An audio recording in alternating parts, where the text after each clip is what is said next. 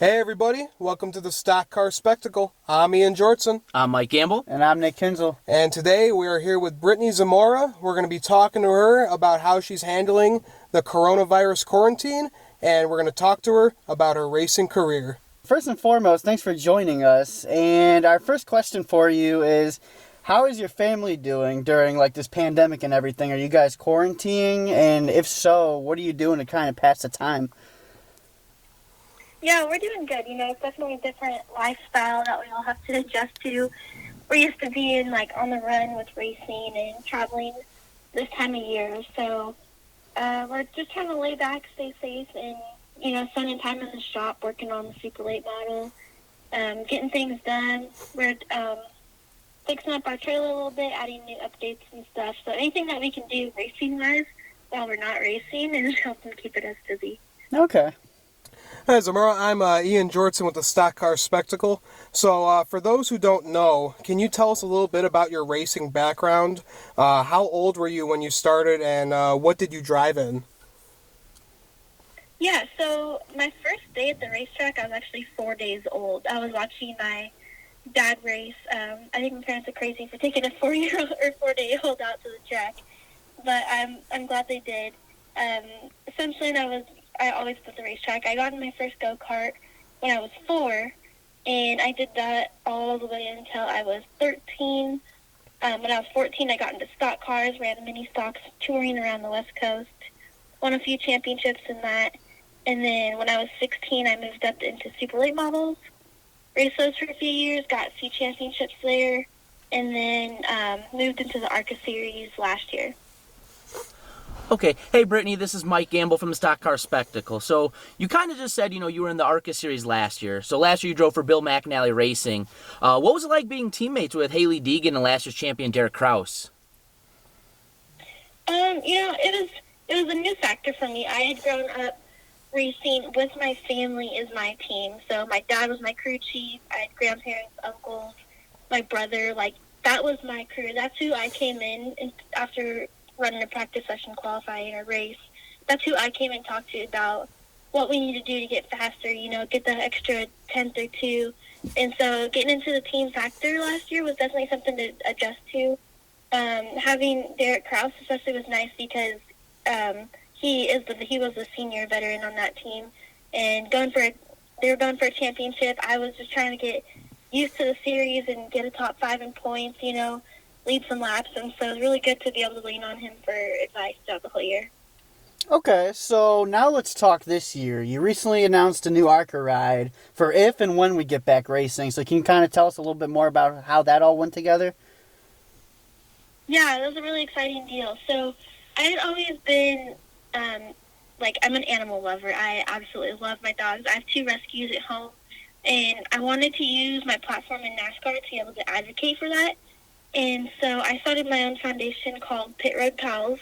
And what we do is at each racetrack that we visit, we'll go to the local animal shelter and promote one of the animals that, needs a little bit of extra attention to get noticed and get a home. And by doing that and connecting that with my racing, we got in touch with our new sponsor, Cuddly, and they do the same thing as well. They are for advocating for raising donations to help shelter animals that have been hurt or abused, and to help find them a new home. The partnership was it was a perfect match for us.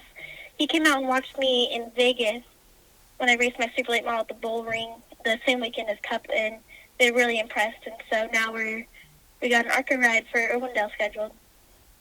All right, so it sounds like you had a pretty good ride with that. So what have been your favorite tracks that you have been able to drive on so far? That's a tough question because every track is so unique, different experience each one you go to.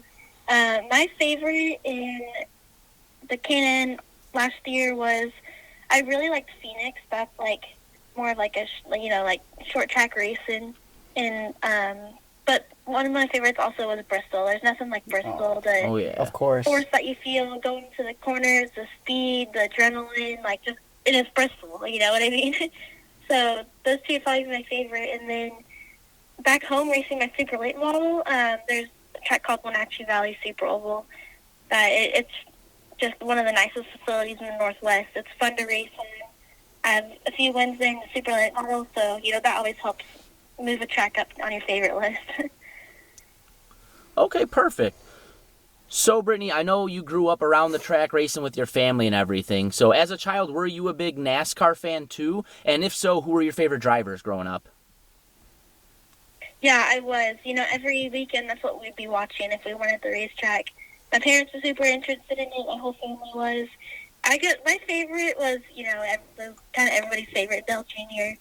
He was kind of the guy that I grew up watching in NASCAR, and when he left, that kind of changed. I was like, I don't know who I want to go for anymore. But I got a few different favorite drivers now. Different, like obviously Kyle Busch. I respect the raw talent that he has, and there's a few of the drivers out there that I admire to watch and to learn off of. So it's kind of different than when I was growing up watching versus now I'm actually trying to make a career out of it. Okay, so we've talked about your favorite tracks that you've gotten to race on, but what are your favorite tracks that you haven't gotten to race on yet? Oh gosh, let's see. I've always wanted to race at Martinsville. That's kind of my style, short track racing. I think that'd be such a fun place to start on, and I really want to go to Dover.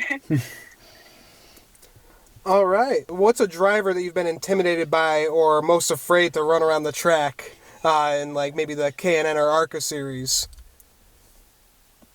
I don't know if there was really one driver in general. I'd say I was more cautious of like the back markers, just like, if you're racing up front for the lead, like sometimes they can get in the way or they don't choose the right line, stay high or low.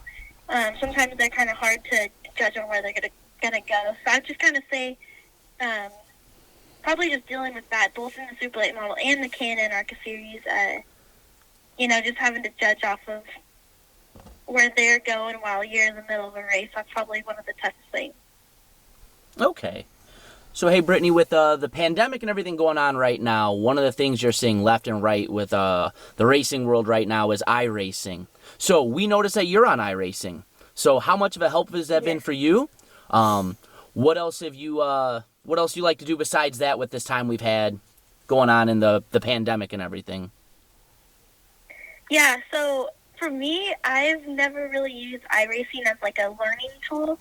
I rely on like the feel in the seat, like in a real car, what you feel in the seat, what the car's doing. And that you don't really get on iRacing. You get the virtual aspect of everything, but you don't get that certain feel that I look for.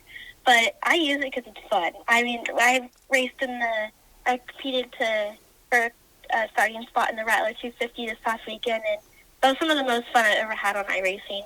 And so it's really cool that NASCAR, has the opportunity to utilize iRacing, a video game system, and to get people incorporated back into the sport right now. I'm actually looking to sign up for a few more races. I've had a couple different series reach out to me to join into, to race on with a regular basis. And I think it's a great opportunity for racers and NASCARs and fans to all use right now. It's really cool. Okay, so we've talked about drivers who might have like intimidated you and everything, but is there anybody in the garage who you're like best buds with or anything? I'm kind of like working that out. I have a few good friends that race, a few good friends that, are team members or crew guys or just a little bit of everybody. I like to create those connections and have those when I'm at the racetrack, but first and foremost, it's business when I'm there, and so I like to get my job done and focus on what I'm there for. But yeah, I have a lot of good friends in the racing community that I keep in contact week in and week out. Okay, so our final question for you, Brittney. So what's your end goal for your racing career? Are you looking to be like, everyone wants to be like a full-time cup driver, or do you have other plans? Yeah, that's the goal. I want to make, a career out of racing. It's what I love to do. It's my passion, and I'm just happy when I'm doing it, There's nothing else that gives to me like racing does, but I don't have the deep pockets. I don't have the $1 million that some drivers are fortunate enough to have going into the sport. And so that's one thing that I really have to work hard at off of the track is promoting myself and getting sponsors and getting to the racetrack, even though my own checkbook can't fund a full like ARCA season, you know. And so that's the tough aspect about it is you got to have money to back you, and so that's what I'm constantly looking for. And you know, we're getting that. We're getting the exposure. We're getting the sponsors reaching out to us, and hopefully we can just keep it up and keep in the seat. Okay, so, well, we hope that all works out for you, and we hope we can get back racing soon so we can come cheer you on at the track. We just want to thank you so much for coming on Stock Car Spectacle. Yeah, of course. Thank you guys for having me.